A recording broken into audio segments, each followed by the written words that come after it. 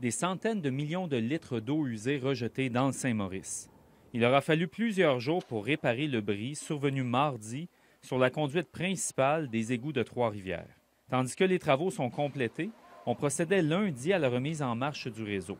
Il faut d'abord faire sortir l'air de ce tuyau-là, qui est conçu pour être rempli de liquide. Donc, il faut faire sortir l'air, introduire le liquide et par le fait même le gaz. Et ensuite, écoutez, il y a un enjeu là, de pression, dépressurisation. Et c'est là que ça devient crucial et c'est là que ça devient névralgique. Depuis le début, la Ville maintient qu'elle n'avait pas le choix, que toutes les eaux usées devaient être détournées dans le Saint-Maurice.